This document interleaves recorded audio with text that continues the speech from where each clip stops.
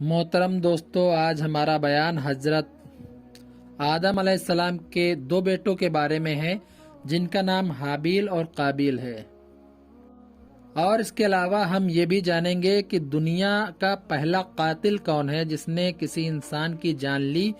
وہی بہت بڑا گناہ ہے، اس کی سخت سے سخت سزا بھی ہے۔ جب آدم اور حوا جنت سے نکالے گئے اور کئی سالوں تک اللہ کی بارگاہ میں توبہ کی، اور جب اللہ تعالیٰ نے ان کی توبہ قبول کر لی تو اللہ کے حکم سے وہ پھر سے دنیا میں ملے اور مل کر رہنے لگے۔ اولاد کا سلسلہ شروع ہوا۔ حضرت حوا کو جب جب حمل ہوتا، دو جڑواں بچے، ایک بیٹا ایک بیٹی ہی پیدا ہوتی۔ پہلے قابیل اور ان کی بہن اقلیمہ پیدا ہوئی، پھر حابیل اور ان کی بہن یہودا پیدا ہوئی۔ اس وقت اللہ تعالیٰ کے حکم سے حضرت آدم علیہ السلام نے جو شریعت بنائی تھی اس کے تحت ایک پیٹ کی لڑکی سے دوسرے پیٹ کے لڑکے سے شادی ہو جایا کرتی تھی۔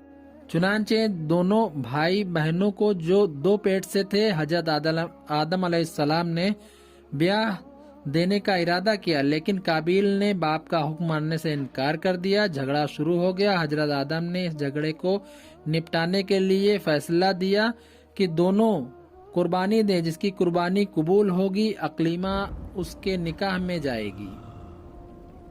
اس زمانے میں قربانی دینے کا طریقہ یہ تھا کہ جو دو آدمی آپس میں جھگڑتے تھے وہ دونوں اپنی اپنی قربانی پہاڑ پر رکھتے تھے۔ آسمان سے بے دھوئیں کی آگ آتی تھی اور حق جس کی طرف ہوتا تھا اس کی قربانی قبول کر لیتی تھی۔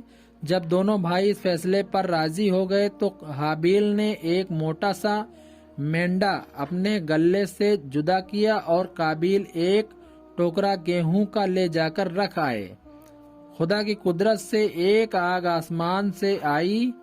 قابیل کی قربانی پر اس نے کوئی توجہ نہ دی، جبکہ حابیل کی قربانی کی طرف گئی اور اسے قبول کر لیا۔ حابیل کی قربانی کا قبول ہونا ہی تھا کہ قابیل کے من میں کپٹ اور بیر بڑھ گیا۔ اس نے حابیل کو دھمکی دی کہ میں تجھے جان سے مار دوں گا۔ حابیل نے کہا، اس میں میری غلطی کیا ہے؟